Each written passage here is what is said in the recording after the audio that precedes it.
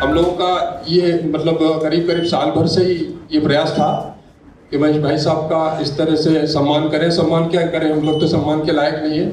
हम लोग जो सम्मान देंगे वो सम्मानित हो जाएगा। भाई साहब जब इसको यूं ही नहीं, जर्रा जर्रा कतरा कमाल हुए हैं, पांव दबाए हैं उस्तादों के, तब जाके निहाल हुए हैं। उनके लेखन के प्रति, उनके संपादकीय की एक जमाने में फोटो कॉपियाँ बटती थी और वो भोपाल से लेकर दिल्ली तक चर्चित होती थी।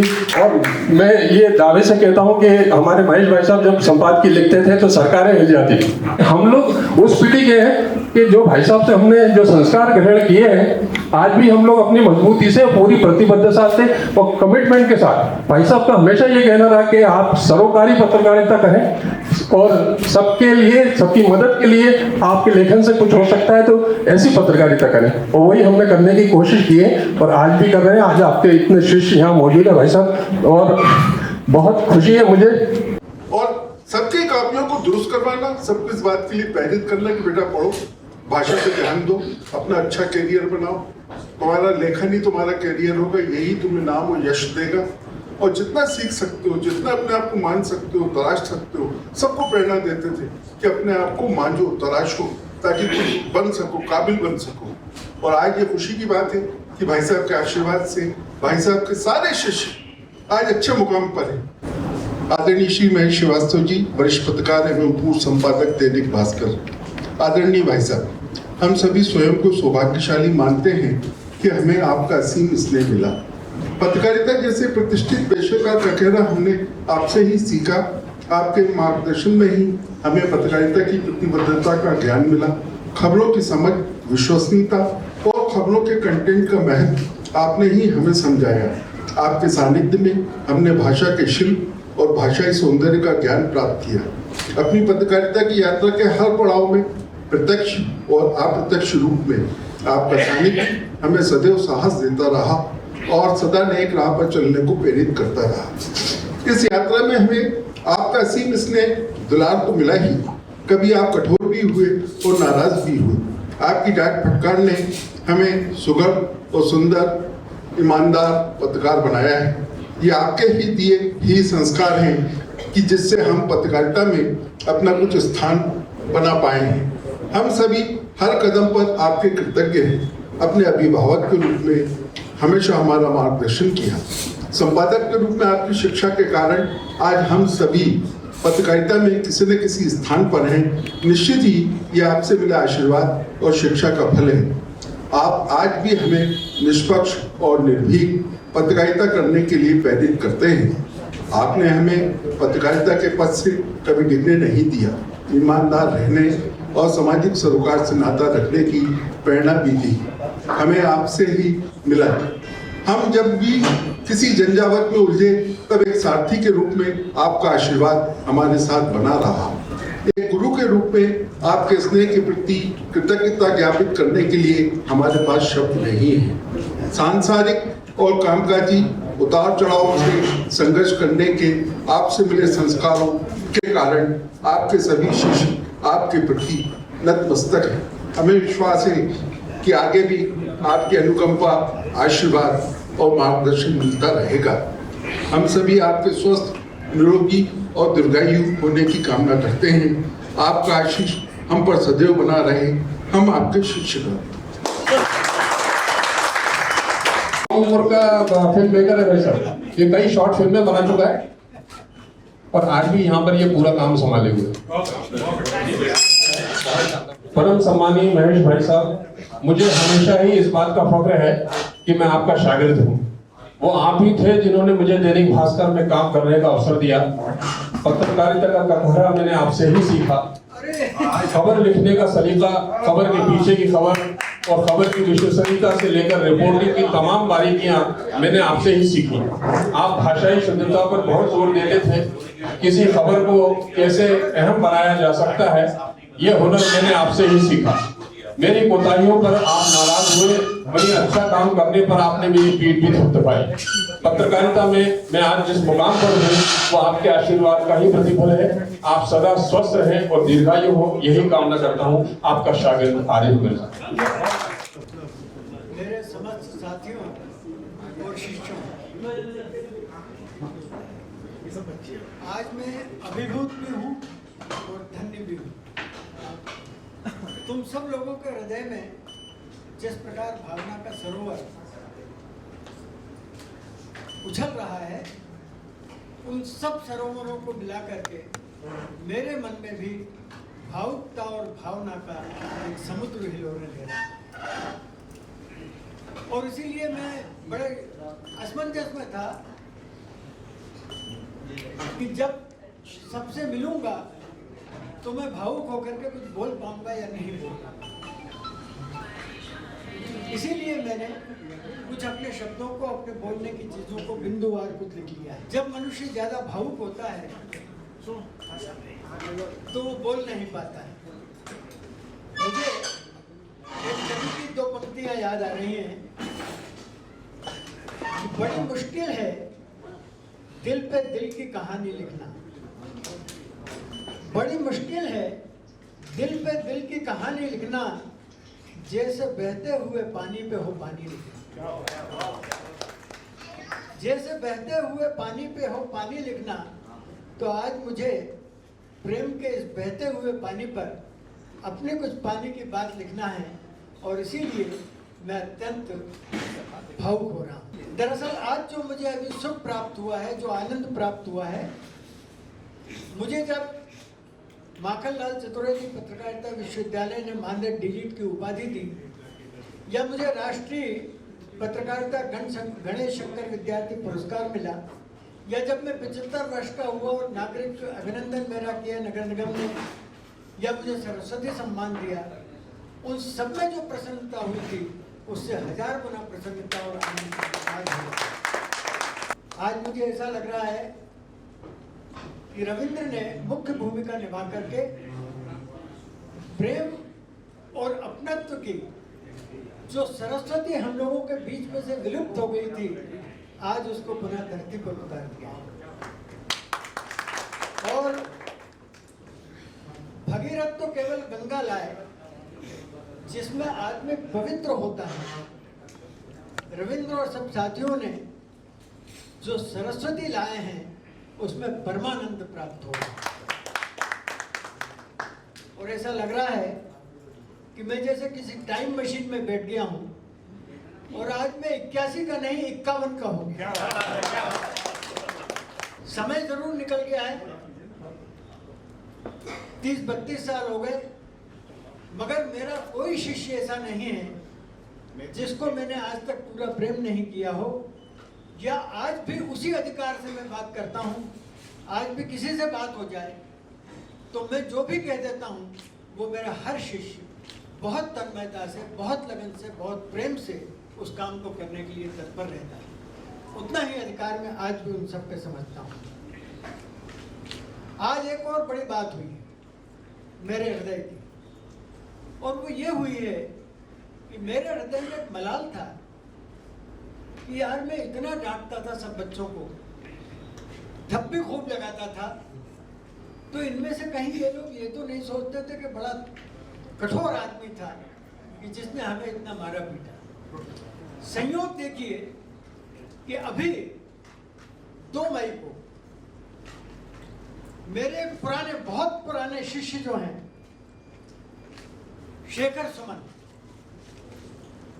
बिल्कुल जब भास्कर का प्रारंभिक समय था, उसके कुछ सालों बाद की बात है, जब मैं भास्कर में संपादक बना, उसके पहले की, मगर संपादक के मैं बना उसके पहले भी सभी काम में ही देखता रहा।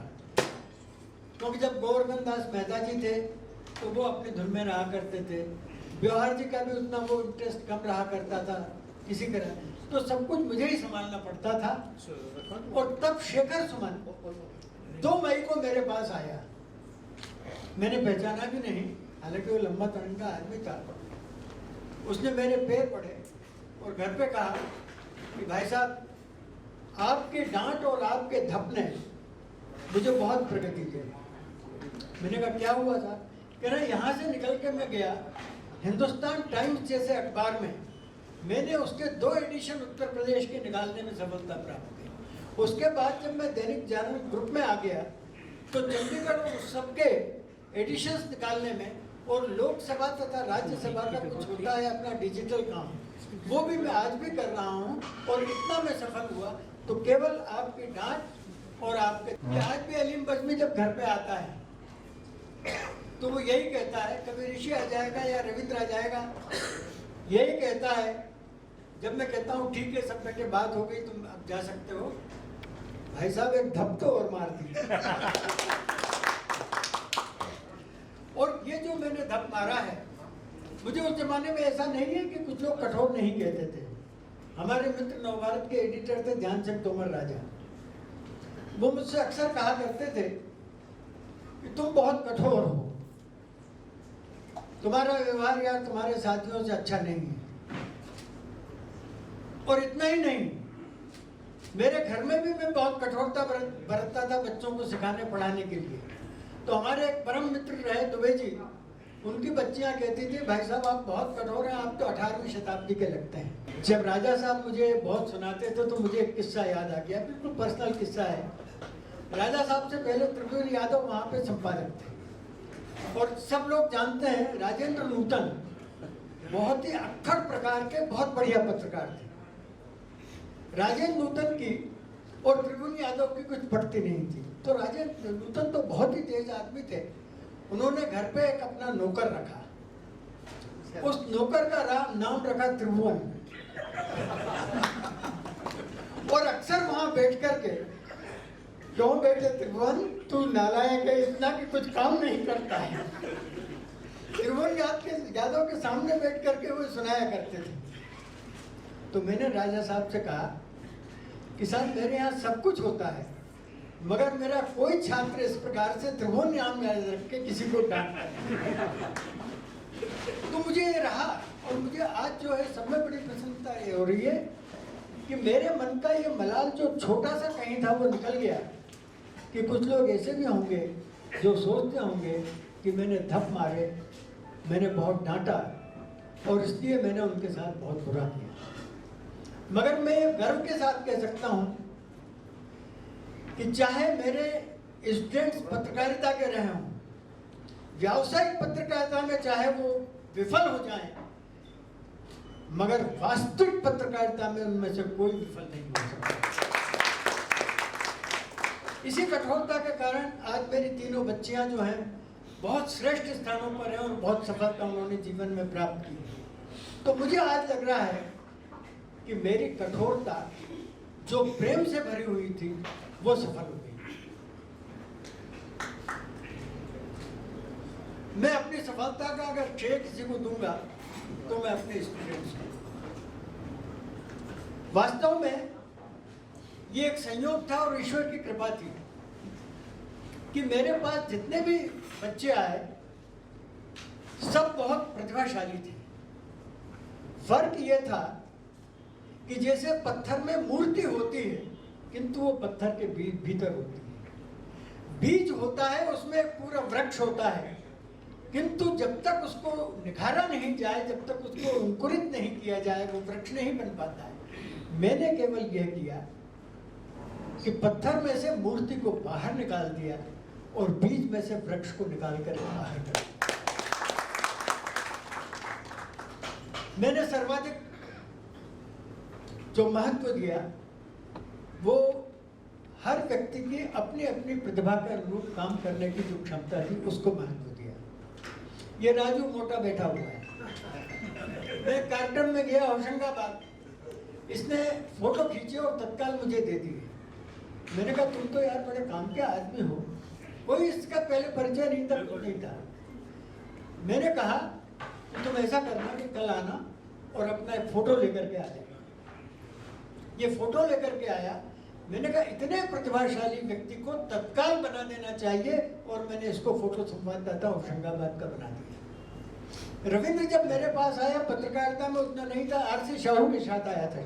मैंने इसकी प्रतिभा देखी, हालांकि इसको मैंने इतने जोखिम भरे काम दिए कि उसने सारे कामों को ऐसे निर्वाह किया जितना जोखिम कोई और दूसरा मेरे यहाँ रिपोर्टर नहीं उठा सकता था। और जब मैंने इसको बहुत जल्दी बहुत बड़े काम देना शुरू किए, एक प्रकार से इसको काम के माध्यम से प्रमोशन कहेंगे, तो हुआ ये कि लोगों ने कुछ इस पे आपत्ति भी दर्ज की, मैनेजमेंट के पास भी गए, मगर मेरा निर्णय वहाँ पे जो होता था वो अपने आप में पूर्ण होता था।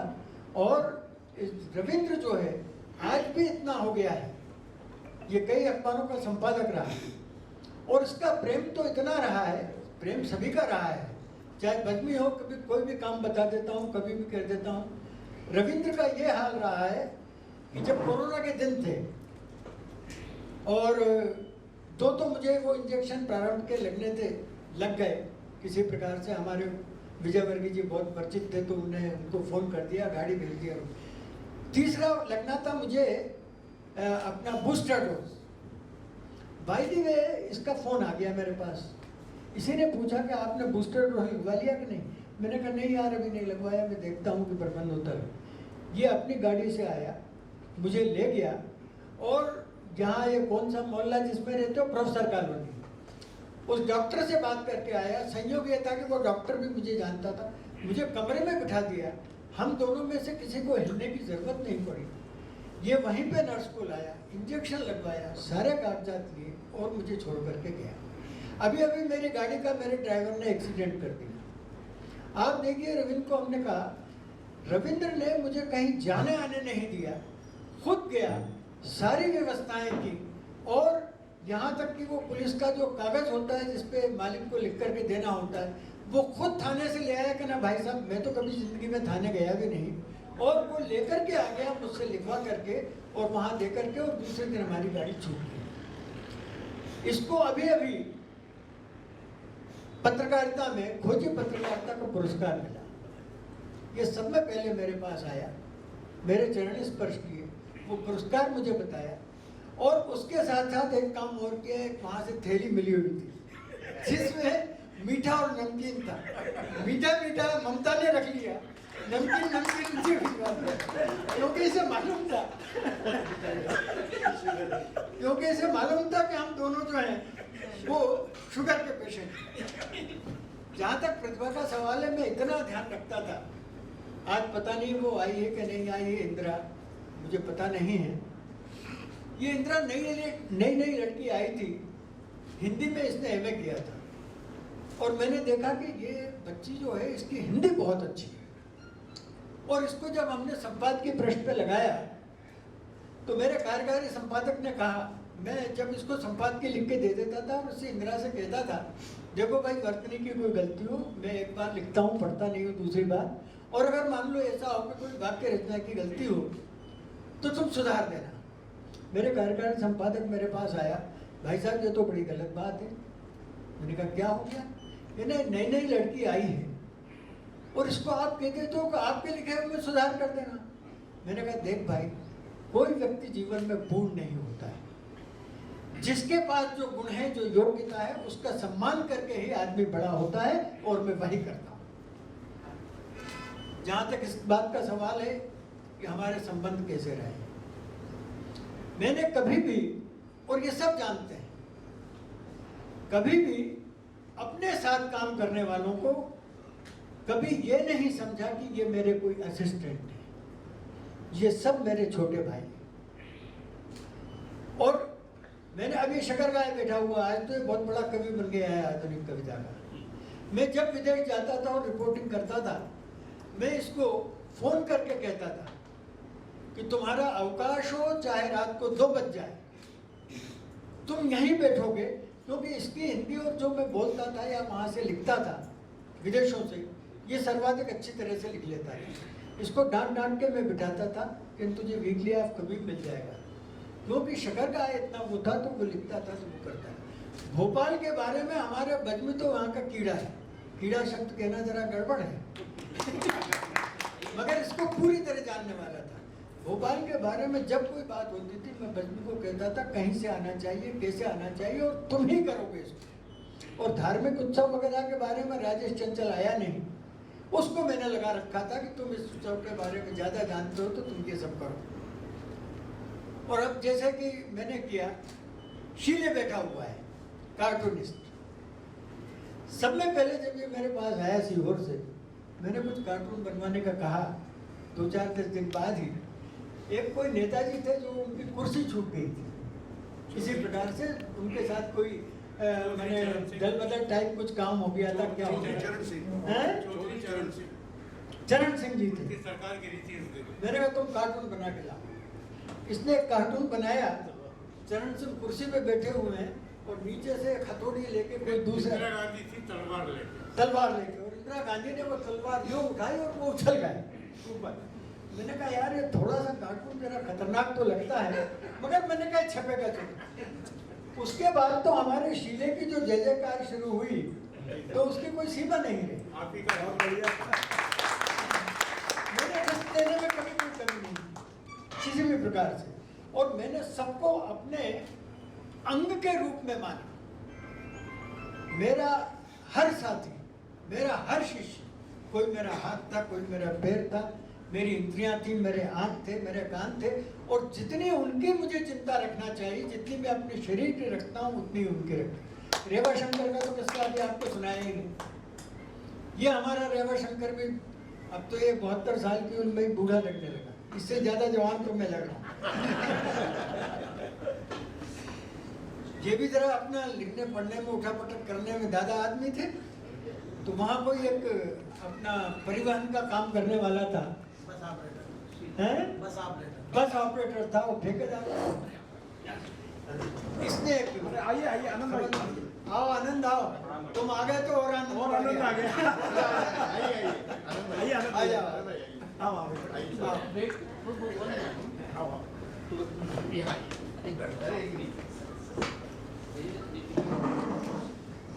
तो ये खुरापाती शब्द तो लिखता ही था, मगर इसने सारे प्रमाणों के साथ मेरे पास एक खबर भेजी, मैंने उसको छाप लिया।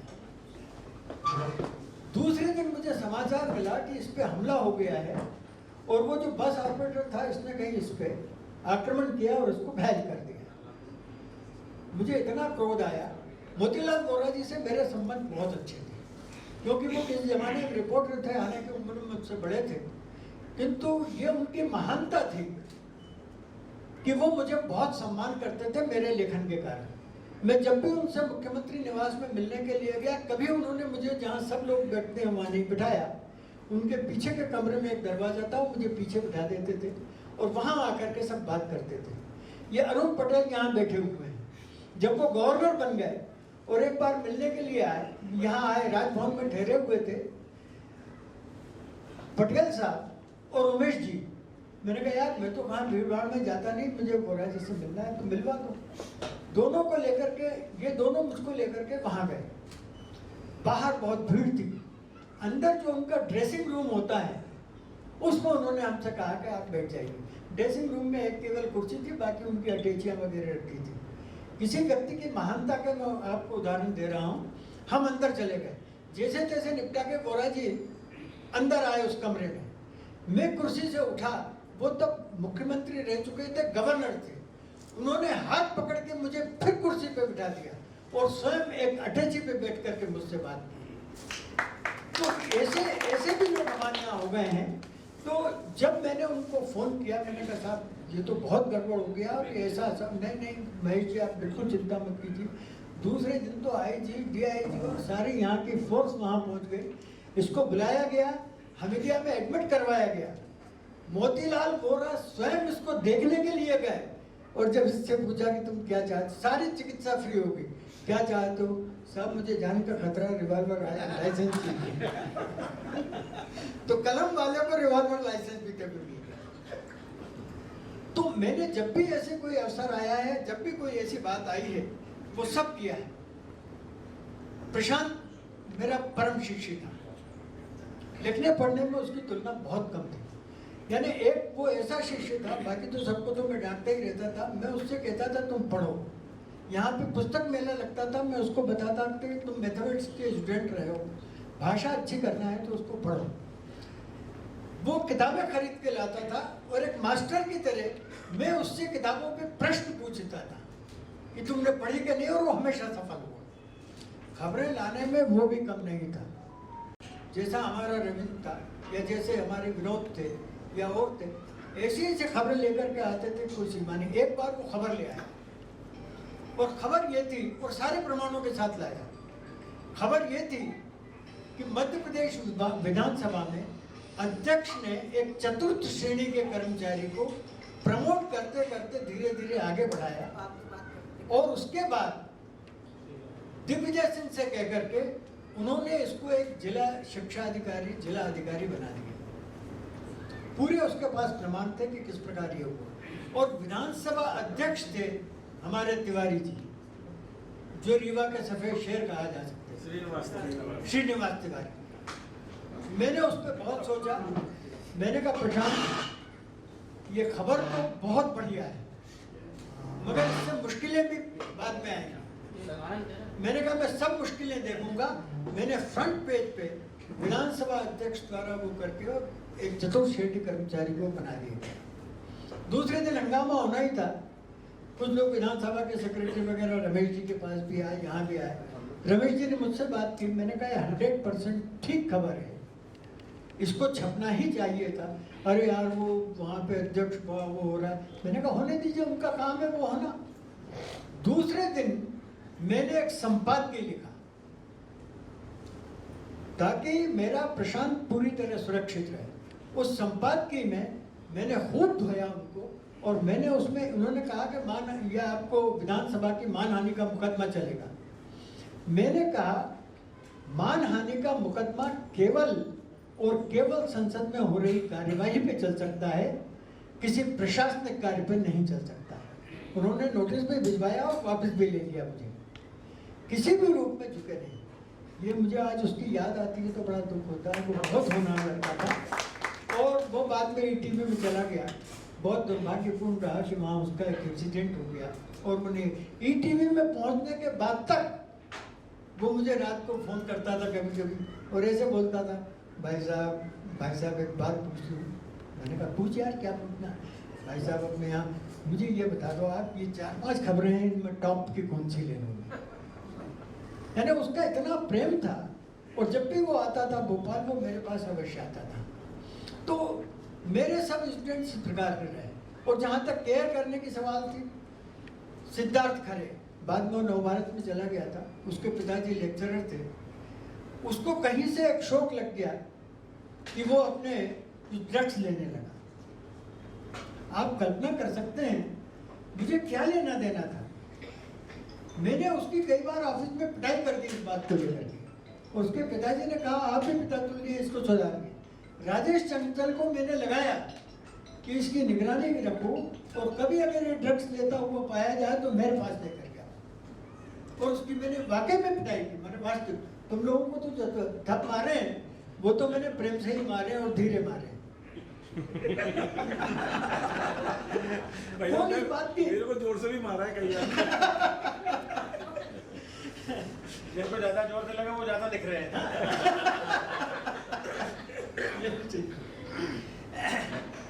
तो ये सब जीवन में रहा। मगर मैं एक बात जो तुम सबसे तब भी कहता था कि ईमानदारी से अपना कार्य करते रहो, सत्य के साथ खड़े रहो, तो आपको पूरा सम्मान, जिसकी आलोचना करते हो उसका भी आपको सम्मान मिलेगा। मैंने वो जो मेरे सम्मान में उन्होंने पत्रिका निकाली थी, एक तो निकाली थी अपने तातेड़ ने और एक नगर निगम ने निकाली थी, वो भी कुछ यहाँ वो रखी हुई है, जिनको चाहिए ले लेंगे। मैंने उसका विवरण भी दिया है। आप देखिए जब गैस कांड हुआ, मैंने जम करके फ्रंट पेज पे दूसरे ही दिन, और इसकी मुझे सब में पहले सूचना रात को 2 बजे दी थी अतुल श्रीवास्तव ने कि ये हो गया ऐसा। मैंने कल वो देखा और दूसरे दिन जब आइए पाठक जी आइए, मैंने बहुत सख्त एडिटोरियल गैस कांड के बाद दूसरे दिन फ्रंट पेज पे लिखा और जिसमें शासन प्रशासन के लापरवाही का बहुत ही सख्ती से मैंने उसमें विवरण दिया। दूसरे दिन फिर मैंने गैस कांड की जो गड़बड़ हो रही थी उसमें सब लिखा। अर्जुन सिंह जी का रमेश जी के पास फोन आया कि साहब सीएम मिलना चाहते हैं। अब रमेश जी का उस जमाने में क्या था कि मेरे बगैर वो कोई काम नहीं कर सकते, सबने देखा है उसको। उनका पूरा विश्वास जितना मुझ पर था, मुझे सारे रिपोर्टर्स पे, सारे संपादकों पर मेरा भी उतना ही विश्वास है। उन्होंने कहा महेश जी चलो यार। तो मैंने कहा कि साहब आपको पता है और मैं वैसे ही उनकी खराब दृष्टि में हूँ तो आप अपने चले जाओ, क्या फर्क पड़ना है। अरे नहीं यार तुम चलो, आप तो चलो। खैर हम लोग बैठ कर के गए। अर्जुन सिंह जी के कक्ष में जैसे ही घुसे, उन्होंने उठ कर के बाकायदा रमेश जी को नमस्कार किया, बैठे, और मेरी तरफ जिस दृष्टि से उन्होंने देखा वो मालूम होता था कि अगर उसमें आग होती तो मुझे भस्म कर देते। मगर संयोग ये था कि वो अर्जुन थे और शंकर तो इधर था, जिसका तीसरा नेत्र तो इसके पास था। उन्होंने बातचीत शुरू की और उन्होंने सारा पहले तो विवरण दिया जैसे उनकी बोलने की आदत थी, पहले पूरा विवरण दिया और उन्होंने के सारा बताया कि सरकार इतना कर रही है और अब हमें प्रशासन का थोड़ा साथ देना चाहिए। ये सब बात वो रमेश जी से कह रहे थे। रमेश जी कुछ नहीं बोले, मेरी तरफ देखा तो मैंने कहा साहब ऐसा है कि राजनीति का कोई मामला हो तो किसी का साथ दिया जा सकता है। अच्छा मैं तो बिल्कुल उद्दंड था, अपने बचपन से ही उद्दंड था। मुझे चिंता इसलिए नहीं करते थे कि यहाँ जब आए थे पढ़ाई में मेरे बड़े भाई साहब ने, शादी करने में सबने साथ दिया था, मगर मेरी उद्दंडता को कोई नियंत्रण नहीं कर सका। उद्दंड इतना ज़्यादा था कि मैं सीहोर में जब शायद 8वीं क्लास में पढ़ता था, एक बगल में हमारे सिविल सर्जन साहब रहते तो उनका लड़का बहुत चिढ़ाता था क्योंकि मैं गाँव से आया था। पार्क में मैंने उसकी धुकाई की तो वहाँ एक सरदार जी नाम के डॉक्टर रहते थे। जब उसकी मैंने खूब ठुकाई की तो दौड़ करके आए, भाई साहब से कहा डीपी तुम्हारा ये महेश भविष्य में जाकर के या तो गुंडा बनेगा या डाकू बनेगा, इस तरीके से इसका मामला चलता है। तो डरने वरने की कोई बात मेरे पास उस जमाने तक कभी नहीं रही। मैंने उनसे जैसे ये कहा कि साहब इसमें दिया जा सकता है, मानव के जीवन का प्रश्न है, तो जैसा गंभीरता से अर्जुन सिंह जी बोलते थे उन्होंने कहा देखिए महेश जी आप तो पत्रकार हैं, लेखक हैं, कवि हैं, मगर रमेश जी को तो अखबार चलाना है। ये उनका बड़ा धीरे से मेरे को बात उन्होंने बोला। रमेश जी ने सुन लिया। अच्छा हम तो उद्दंड थे, रमेश जी जरा सन्न भी रह गए थोड़े से, तब नया था क्योंकि उस जमाने में द्वारका प्रसाद जी का रुतबा चलता था और वो हमारे रमेश जी बहुत दबे दबे से रहते थे। जब उन्होंने ये कहा मैंने रमेश जी से कहा, मैंने कहा साहब सब बात पूरी होगी, अपन चलें। मैं भी उठा, वो भी उठे, हम चल दिए। अर्जुन सिंह जी ने दूसरी बार उठ करके हम लोगों को विदा नहीं किया। पूरे रास्ते में हम प्रेस आ गए और प्रेस आकर के रमेश जी ने एक शब्द भी उससे नहीं बोला। वो नीचे पुराना कोतवाली के सामने का दफ्तर था, वो नीचे बैठते थे, हमारा दफ्तर ऊपर था, मैं ऊपर बैठता था। वो आकर के अपने कमरे में बैठ गए। 1 घंटे बाद मुझे बुलावा आया, मैं गया उनके पास, बातचीत हुई। संक्षेप में उन्होंने ये कहा यार ये तो उन्होंने सीधी धमकी दे दी। मैंने कहा हाँ साहब इसमें तो कोई शंका नहीं, इन्हें क्या कर सकते हैं। तो मैंने कहा इंडियन एक्सप्रेस का अपने पास उदाहरण है, सब में पहले विज्ञापन बंद करेंगे, उसके बाद ये अपनी बिजली काटेंगे, उसके बाद पानी काटेंगे, और अगर इनको कुछ वास्तविक शारीरिक बुरा करना हुआ तो ये आपके साथ नहीं करेंगे, ये मेरे साथ करेंगे और उसकी मुझे चिंता नहीं है। रमेश जी सन्न से रह गए, यार कैसे चलाएंगे अखबार, अभी तो अपना प्रारंभिक वो है और ये सब है। तो मैंने कहा सोच लीजिए साहब अगर हमने जनता को साथ दिया तो ये हमारा अखबार जो है इतना लोकप्रिय होगा कि सारे अखबार पीछे छूट जाएंगे, और अगर इसमें हमने शासन का साथ दे दिया तो वो हालत होगी जो दूसरे अखबारों के शासन का साथ देने के परिणाम स्वरूप हुई। उन्होंने जैन एक मुनीम था इटारसी का, जिसने मुझे तंबाकू खिलाना सिखाया था, उसको बुलाया, पूरा हिसाब लगाया उन्होंने, फिर मुझसे कहा मैं अपना काम करता रहा। 1.5-2 घंटे बाद फिर बुलाया, कहना देखो महेश जी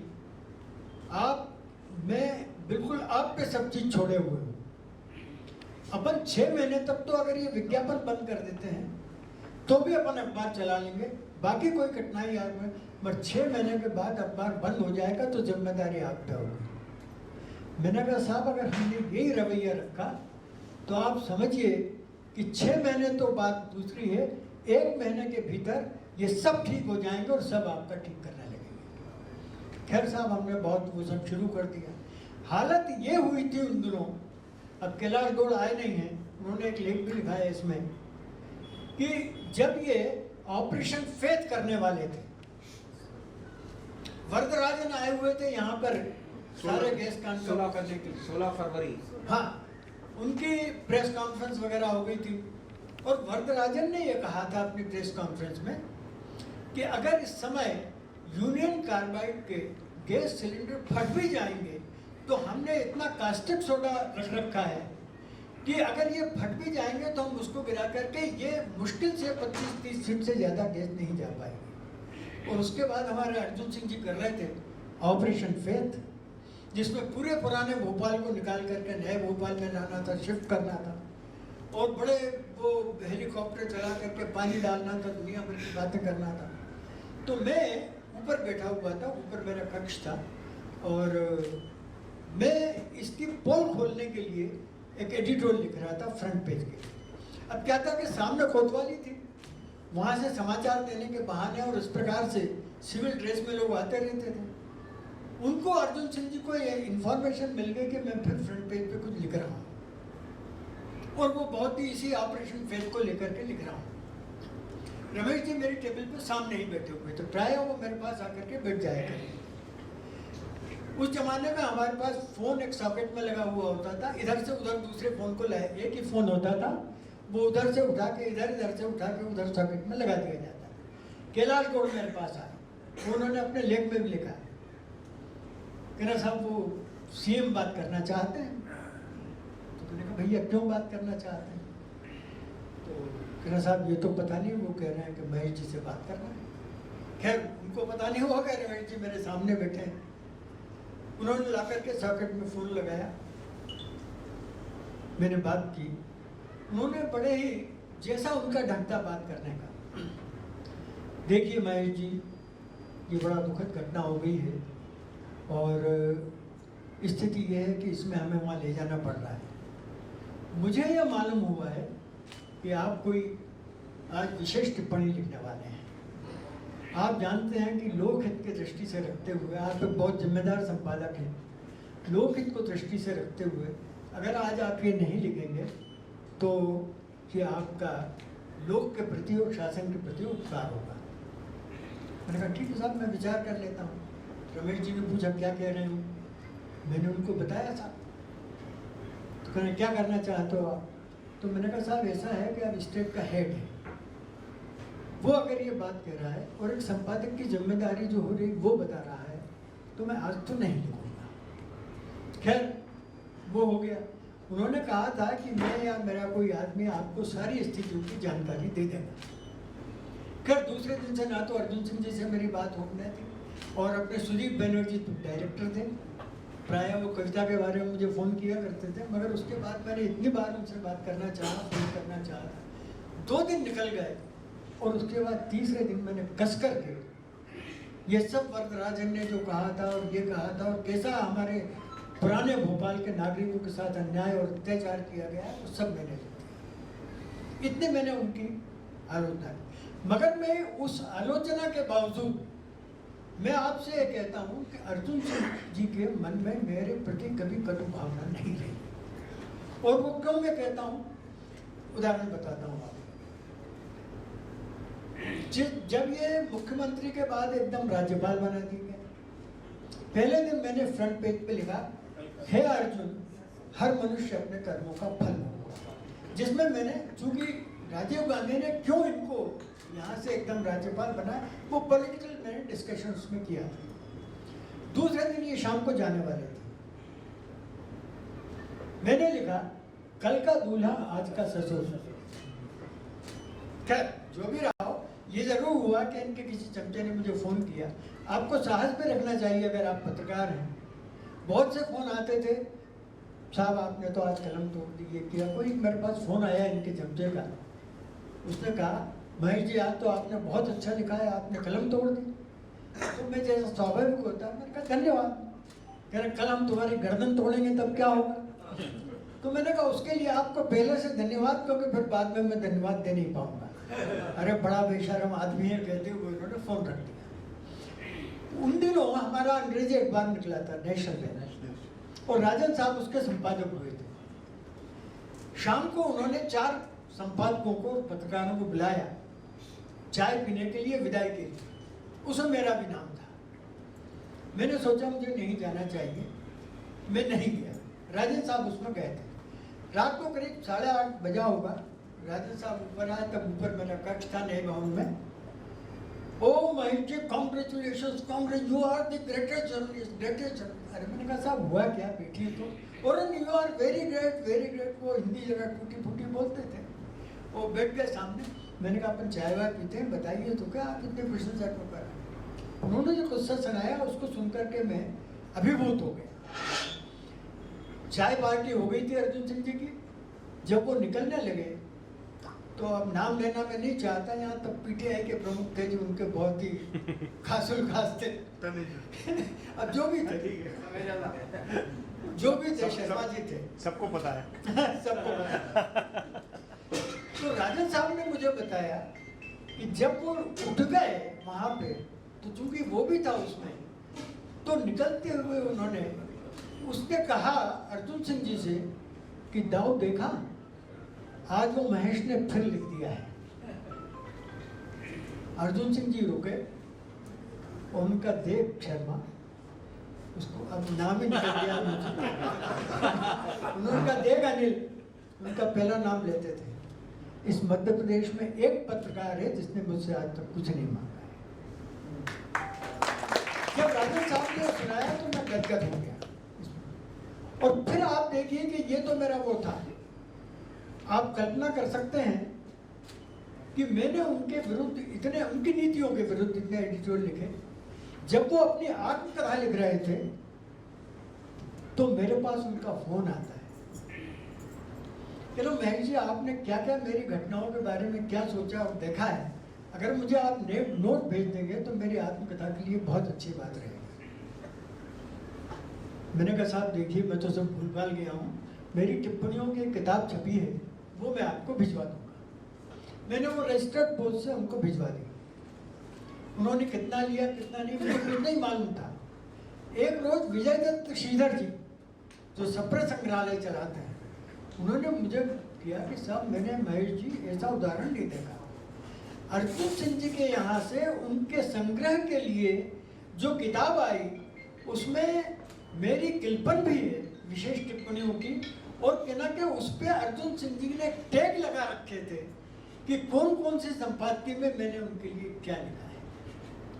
आप कल्पना कर सकते हैं कि आपने आलोचना की हो और उसके बाद आपको इतना महत्व मिल जाए।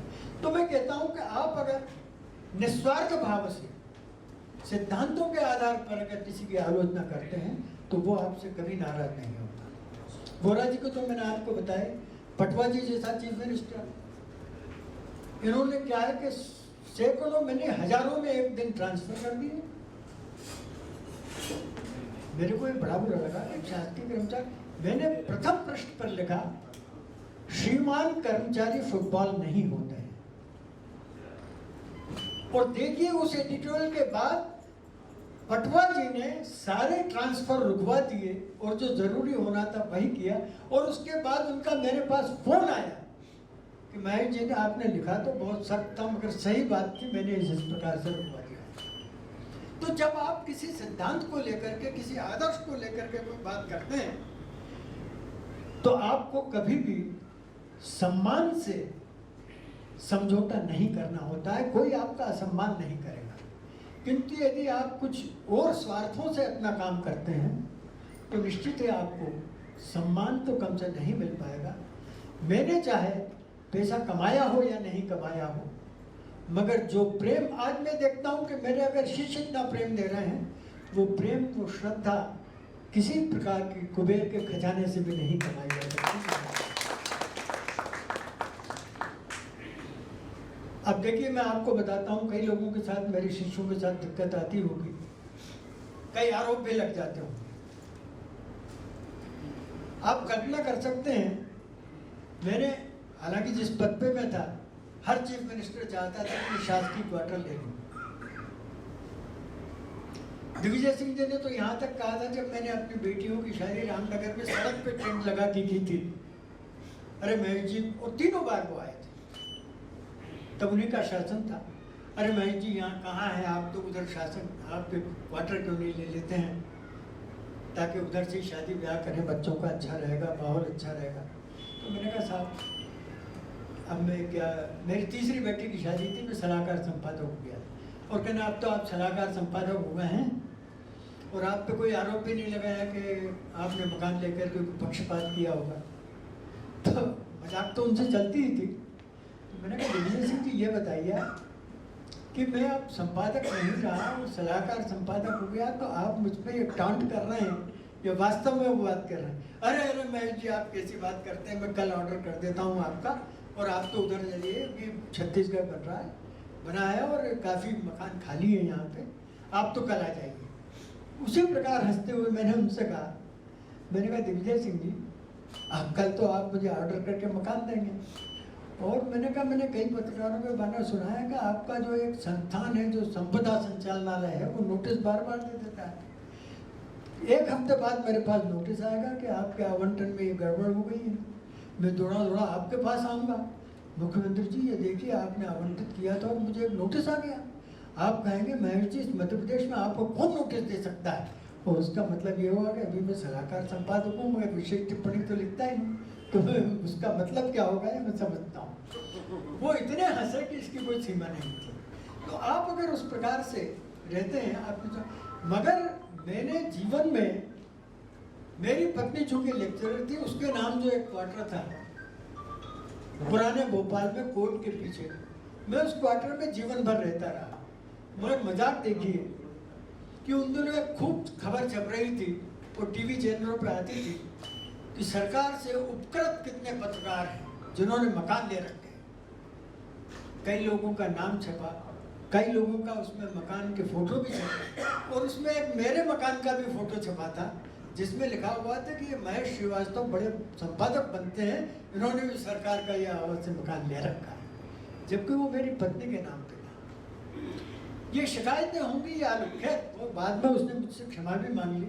उनके एडिटर ने कहा साहब इसको मैं निकाल देता हूँ। मैंने कहा नहीं ऐसा कुछ मत करो, ये नहीं गलती से हो गई है, कोई बात नहीं है। ऐसा भी होता है कि रमेश जी ने मुझे फिएट कार दी, तुम्हारे जमाने में तो वो दी थी उन्होंने, हाँ फिएट कार। रमेश जी ने मुझे एक चिट्ठी बताई जो उनके पास आई थी और वो अपने एक वरिष्ठ पत्रकार साथी ने लिखी थी और उसमें लिखा था कि रमेश जी आप अपने संपादक पर बड़ा गर्व करते हैं, मगर आपके संपादक ने देखिए केवल शासकीय मकान का उपभोग नहीं कर रहा है, इतने पैसे कमाए हैं कि अभी उसने एक फिएट कार खरीदी। तो ये सब होता रहता है, आपकी आलोचना होती रहेगी, मगर यदि आप सत्य पे अडिग हैं तो निश्चित रूप से आपको सम्मान और प्रेम मिलेगा और वह न धन से कमाया जा सकता है न किसी और तरीके से कमाया जा सकता है। मुझसे प्रायः लोग पूछते हैं कि भाई आपको ये सब करने की और ये इतना आप लिख देते थे और आपको डर नहीं लगता था, आपको चिंता नहीं होती थी। तो मेरे पास दो शक्तियां रही, एक मेरी आंतरिक शक्ति जो मेरे साथ मेरे माता पिता के आशीर्वाद के रूप में,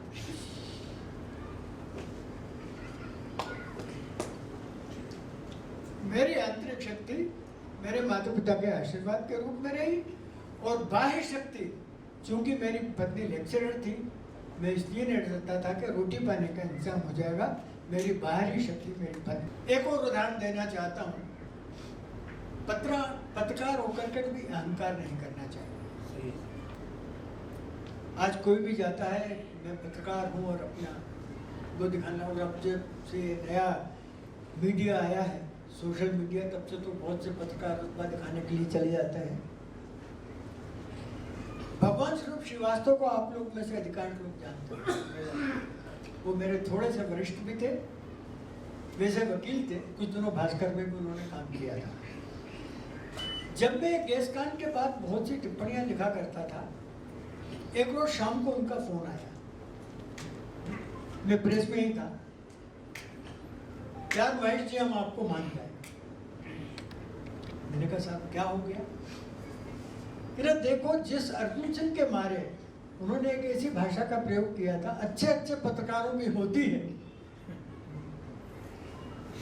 और आपके प्रेस का मालिक बने द्वारका प्रसाद जी जो हैं, वो उन दिनों क्या है कि द्वारका प्रसाद जी का रमेश जी का थोड़ा झगड़ा चल रहा था और अर्जुन सिंह जी फेवर चाहते थे।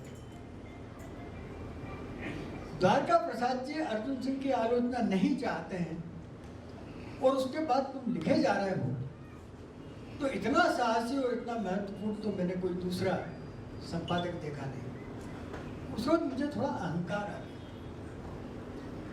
मैं रामनगर में रहता था,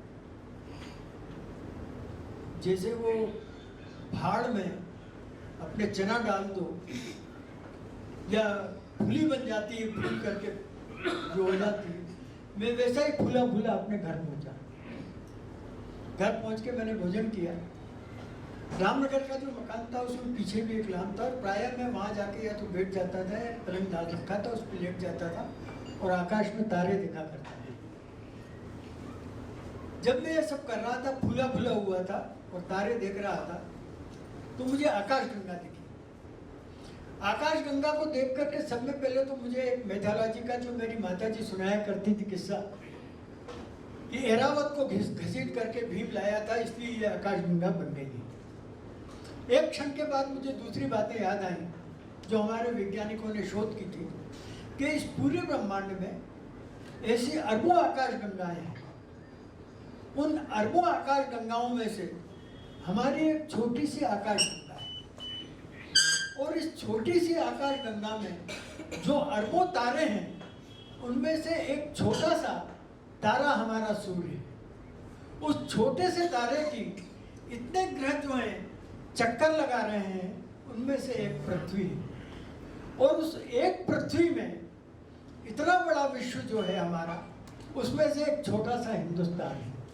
और उस एक छोटे से हिंदुस्तान में एक छोटा सा मध्य प्रदेश और छोटा सा भोपाल और उसमें छोटा सा रामनगर, और उस छोटे सा रामनगर में पड़ा हुआ महेश श्रीवास्तव।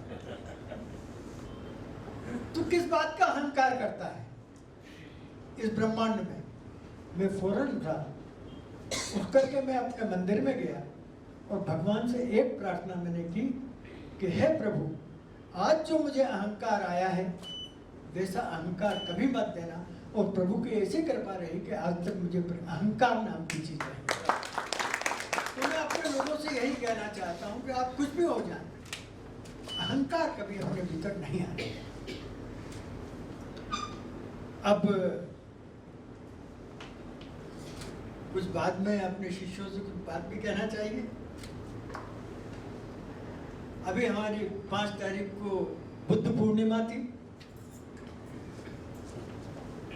अब जब भगवान बुद्ध ने जीवन भर सारे उपदेश दे दिए और जब निर्वाण की तरफ वो बढ़ने लगे, तो उनके परम प्रिय शिष्य जिनमें एक आनंद भी था, आनंद तुम्हारी बात नहीं करता 2-3 शिष्यों ने कहा कि भगवान आप जा ही रहे हैं। उन्होंने कह दिया था कि मेरा निर्वाण होने वाला है, मैं जा रहा हूँ। तो अंतिम कोई उपदेश देते जाएंगे। भगवान बुद्ध ने जिस दृष्टि से उनको देखा, उसमें ये होगा कि जीवन भर तो मैं सिखाता रहा, तुम नहीं सीखे तो अब सिखाऊंगा तो क्या सीखोगे। मगर उन्होंने एक वाक्य बोला, अप दीव भव, अपने दीपक आग पर। और मैं चाहता हूं कि निश्चित रूप से आप सब लोग दीपक बने, अपने इस दीपक को जलाए रखिए, अपना मार्ग स्वयं चुनिए, उसमें प्रकाश स्वयं बनिए और स्वयं उसमें आगे बढ़िए। भगवान बुद्ध ने एक बात और कही, तुम इस पर विश्वास मत करो कि कोई क्या कहता है या किसने क्या बताया है। तुम इस पर विश्वास करो कि तुम अपनी बुद्धि, अपनी आत्मा के साथ निष्पक्ष होकर के कोई निर्णय लेते हो, वो तुम्हारे लिए सब में सही निर्णय होगा। और वही बुद्ध की बात मैं आज अपने सब साथियों से और शिष्यों से कहना चाहता हूं। एक इच्छा जरूर है जो सबके साथ, कि मुझसे तो सब अलग अलग मेरे लिए समर्पित भी हैं मुझे प्रेम भी करते हैं। मैं चाहता हूँ कि जितने हम सब लोग यहाँ उपस्थित हैं एक दूसरे से वैसा ही प्रेम करें जैसा सब लोगों ने मुझे किया है। यदि बज़मी को कोई कष्ट हो तो रविंद्र की आंखों में आंसू आ जाए। यदि राजू को कोई दिक्कत हो जाए तो हमारा राधे श्याम उसमें सामने आ जाए और हम सब एक दूसरे के कष्टों को हरने के लिए, सबको सुख देने के लिए, जैसे भगवान कृष्ण के सुदर्शन चक्र ने दुख काटे थे, कष्ट काटे थे, वैसे ही हम एक दूसरे के लिए सदैव हम लोग खड़े हाथ खड़े करके ऐसा संकल्प पे होते हैं। सब संकल्प लेंगे। मैं आभार बिल्कुल व्यक्त नहीं करूंगा क्योंकि सम्मान, प्रेम और श्रद्धा पाना मेरा अधिकार रहा है। ये अधिकार इसलिए रहा है क्योंकि मेरे हर शिष्य ने सदैव मुझसे कहा है कि हमें एक थप्पड़ मार दीजिए। नमस्कार, मैं अनुभूति खरे, महेश श्रीवास्तव जी की डॉटर। सबसे पहले तो मैं भगवान का शुक्रिया अदा करती हूँ कि मैं पापा जी के यहाँ जन्म हुआ मेरा, और उनका संघर्ष बचपन से मैंने बहुत क्लोजली देखा। उनके डिसिप्लिन, उनके मूल्य, उनके संस्कारों पे चल के आज हम जो भी हैं।